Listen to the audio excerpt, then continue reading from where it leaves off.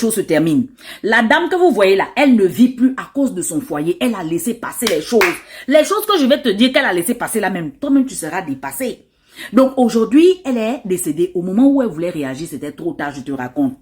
Elle était directrice dans une grande société de la place. Là où elle était directrice là-bas, là, c'est comme ça qu'elle sortait avec un jeune homme qui travaillait là-bas. Elle n'a pas regardé que non, je suis la directrice, le jeune homme là n'a même pas un grand poste. Ce qu'elle a regardé, c'est qu'elle aime le jeune l'aime. Pourquoi ne pas se marier? En parlant de mariage, ils se sont mariés. Le jour du mariage maintenant. Vous savez que quand il y a un mariage, il y a toujours deux côtés. Il y a le côté de la femme et ses demoiselles d'honneur. Il y a aussi le côté de l'homme et ses garçons d'honneur. Le jour du mariage de la femme là maintenant, du côté de l'homme et les garçons d'honneur, on aperçoit une femme qui est là-bas avec eux. La femme l'a habillée comme un homme. Elle ne fait que danser fort fort le jour du mariage. Tout le monde se posait la question que, mais attends, la femme qui est du côté des garçons d'honneur, la femme là c'est qui? En plus elle ne fait que danser jusqu'à... c'est qui? Donc les gens se posaient la question que la femme qui est du côté des mariés, habillée comme un homme le jour du mariage là, la femme là c'est qui? Les gens commencent à dire que non, c'est la meilleure amie du marié. C'est la meilleure amie du marié. C'est comme ça que la nouvelle est passée crème. Vous savez que quand il y a un mariage, un moment dans la soirée, les mariés doivent se retirer pour partir à l'hôtel pour dormir maintenant. Donc, pendant le mariage là, les mariés se sont retirés, ils sont partis dans la chambre d'hôtel. C'était fini, ils devaient maintenant aller consommer le mariage, ils devaient maintenant aller dormir. Ils arrivent dans la chambre d'hôtel, le monsieur dit à sa femme que, oh non chérie, là on est venu. C'est le premier drapeau rouge même, c'est là où la femme ne devait pas laisser passer ça, mais elle a laissé passer.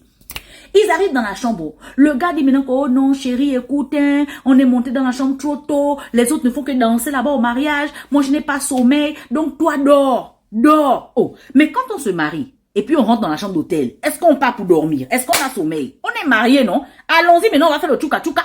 Allons-y, maintenant, on va consommer le mariage. Ce n'est pas pour dormir qu'on rentre dans la chambre d'hôtel. Donc, le gars dit maintenant à la femme, oh non, toi, dors, dors, hein. Moi, je retourne pour danser avec les autres. Comme la dame aimait bien le gars, elle dit ok, il veut s'amuser, il veut danser, bon ok, j'accepte. Elle est restée enfermée dans la chambre, il est retourné s'amuser. Ça c'était d'abord premier drapeau rouge qu'elle a laissé passer. Après le mariage maintenant, le monsieur va habiter chez la femme parce que c'est la femme qui a l'argent dans une grande maison. Ils habitent là-bas jusqu'à 1 mois, 2 mois, 3 mois. 3e mois, le marié dit à la femme que, ah chérie, ta maman a une vieille voiture, non? La femme dit oui, ma maman a une vieille voiture. Oh hein, la vieille voiture de ta maman là. Donne-moi ça, je vais vendre ça. Quand je vais vendre, on va compléter l'argent. Tu vas payer une nouvelle voiture à ta maman. Donc la femme aussi dit, mon mari, oh. Mon mari est vraiment engagé, hein. Elle accepte. Elle part prendre la vieille voiture de sa maman, elle donne au gars. Le gars vend la voiture. Il finit de vendre la voiture de sa belle-mère. Donne maintenant l'argent que tu as vendu la voiture là. Il est assis sur l'argent là. Il a déjà mangé l'argent. Tous les jours, la femme lui demande que chérie, l'argent de la voiture de ma mère. L'argent de la voiture de ma mère. Bon, comme c'est son gars, elle a compris que le gars a mangé l'argent. Elle a laissé passer le truc. Ça c'est deuxième drapeau rouge. 3e drapeau rouge maintenant. Le gars dit maintenant à la femme que écoute, comme tu es la directrice, va prêter une grosse somme d'argent. On va payer un grand terrain et puis on va construire. On va pas être là quand en location tout le temps. Tu es une directrice. Bon, ça c'était aussi bon. Mais la dame est partie prêter l'argent. Elle a pris l'argent, elle a mis dans la main du gars. Le gars est parti payer un terrain. Le terrain là, il a mis au nom de qui? On ne sait pas. Mais il fallait que dire à la femme que commence à donner encore l'argent, on va construire sur le terrain là. Commence à donner encore plus d'argent, on va construire sur le terrain. Comment ça plus d'argent? L'argent que j'ai prêté là, ça pouvait payer le terrain et puis commencer les constructions. Donc la dame était un peu lente à reprendre encore l'argent pour donner au gars. Ça fait 3. Tout ça la dame accepté. À un moment donné, le gars commence à dire à la femme que toi, tu ne peux pas être la directrice de la société. Et puis moi, je suis là derrière toi, on dirait le mouton. Moi, je te suis seulement guidi, partout comme ça. Et moi, je suis ton homme. Ça devient rabaissant quand les gens savent que c'est toi la directrice. Et moi, je suis genre simple employé. Donc, il faut quitter d'en faire de directrice. Toi, tu vas me mettre. Il faut me mettre le directeur. Toi, tu quittes dans ta place de directrice. Et puis, tu me mets le directeur. Et c'est là que la femme a retrouvé un peu ses esprits. Oh. La dame se dit que poste de directrice là. J'ai travaillé pour ça, j'ai les diplômes pour ça. Ce n'est pas qu'on te prend, toi, viens, tu es le directeur aujourd'hui. Toi aussi, viens, tu es le sous-directeur aujourd'hui. C'est pas comme ça. Ce n'est pas la loterie. Ce n'est pas au jeu de gagne-gagne. Tu dois faire des études pour en arriver là. Tu dois avoir l'expérience. Oh non, je suis ton mari. Si toi, tu me mets, ça fait faire quoi? Il faut démissionner, tu me mets le directeur comme ça. Je suis ton mari, je suis au-dessus de toi. La dame a dit, pardon. C'est resté comme ça. La dame commençait maintenant à tomber malade. Tout le temps malade. Tension, hypertension, baisse de tension, hausse de tension. Toutes les maladies. La dame ne se retrouvait plus. Le monsieur aussi ne dormait plus à la maison. La dame commençait à rentrer dans la dépression parce qu'elle a compris que...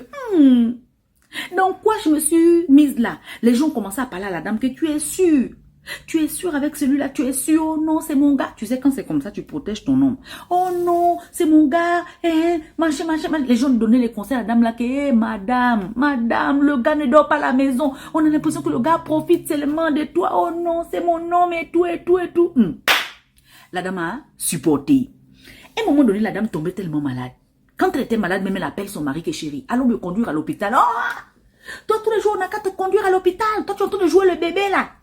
Tu peux pas prendre ta voiture, tu démarres. La dame dit que je n'ai pas de force. Je suis essoufflée. Je peux pas. Regarde mon gabarit, tout ça. J'ai la tension. Je ne peux même pas me mettre debout. Toi, tous les jours, tu te joues les bébés. Tu veux seulement que je reste à la maison pour te garder. Le gars n'aimait pas accompagner la femme à l'hôpital. De l'autre côté, la femme se confiait toujours à sa copine. Ma meilleure amie, voilà comment mon gars me traite, voilà, ma meilleure amie. Je sens que je vais demander le divorce. Je me suis fait avoir dans cette histoire de mariage-là. Le gars profite de moi. Je vais demander le divorce parce que le gars dort dehors, il vient seulement ici pour dormir, manger, tout, loger, nourrir, blanchir. Je vais demander le divorce et puis, question de ma santé, je vais partir en Europe pour me faire soigner et me faire un peu un bilan général. Je me sens pas bien. La dépression, tout, je vais changer d'air un peu et je vais divorcer. Avant de demander le divorce, c'est comme ça que la dame décide maintenant d'avoir les preuves pour bien divorcer. Elle décide maintenant de pirater le téléphone WhatsApp de son mari. Elle pirate le téléphone WhatsApp de son mari. Oh.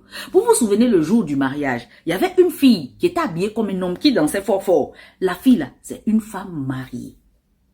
Elle est là, elle est une femme mariée et en même temps, elle est la chisa du mari de la dame là. Le jour qu'elle dansait là, elle était chisa de ce mariage-là quand elle dansait. Et pourtant, elle est mariée. Cette femme-là qui dansait là est mariée. C'est une femme mariée. Mais elle est chisa d'un autre. Est-ce que tu vois? Donc, c'est pas la meilleure amie du marié. Elle sort avec le marié. Et pourtant, elle-même, c'est une femme mariée. Mais elle sort avec le marié. Ok. Ils ont découvert ça. Donc, le gars aussi, pendant qu'on a piraté son téléphone, il est en train de raconter à ses amis. Il dit à ses amis que, hey Joe, vous vous rappelez le jour que je me suis mariée? Le jour que je me suis mariée, j'ai dit à ma femme qu'elle n'a qu'à dormir seule à l'hôtel. Pendant que ma femme dormait seule à l'hôtel, moi j'étais avec ma chisa. Celle qui dansait fort le jour de mon mariage là. J'étais avec elle. Elle a aussi pris une chambre d'hôtel en face. Donc c'est avec elle que j'ai passé ma nuit de noces et tout. Oh! Le gars est en train de raconter ça dans WhatsApp. Tout ça la femme a vu. La tension ne fait que monter dans le cœur de la femme. La tension. La femme a fait les captures d'écran. Elle a envoyé à sa meilleure amie. Elle a envoyé à sa meilleure amie que garde-moi les captures d'écran là. On ne sait jamais. Donc, le gars aussi parle maintenant avec sa chisa. Il dit à sa chisa que ma chisa. Parce qu'on a piraté son téléphone. Donc, il parle avec la chisa dans son téléphone. Il dit à la chisa que hey, ma chisa. Tu vois comment j'étais les fesses. Tu as vu comment j'étais les fesses. J'étais bien j'étais les fesses. Donc, il raconte encore à la chisa ce qu'ils ont fait hier nuit. Il dit à sa chisa que tu vois que je t'ai fait ça, non? Je peux faire encore pire. Je suis prêt pour toi, ma chisa. J'ai envie de te marier même secrètement. Je veux même qu'on se marie. C'est toi que j'aime. C'est avec toi que je voulais me marier. Donc, le gars confesse ça à la chisa. La dame a pris les captures d'écran, tout. Mais tout ça dans le cœur de la dame était... les choses qu'il ne fait même pas à la maison. Il va faire ça à la chisa, tout ça. Jusqu'à... Il revit même encore l'instant. Il revit l'instant. Que j'étais... les Il dit ça à la chisa. Les Ok. La dame maintenant dit que ok, il n'y a pas de problème. Tout ça, la dame, la tension ne fait que monter jusqu'à le cœur de la dame a lâché. Le temps qu'on amène la dame à l'hôpital, la dame est décédée. Bon, les parents de la dame aussi, eux, ils pensent que bon, la dame, elle est décédée suite d'une maladie, elle était fatiguée, la tension, tout ça. C'est maintenant la meilleure amie qui est venue dire que, la meilleure amie de la dame qui a dit que jamais.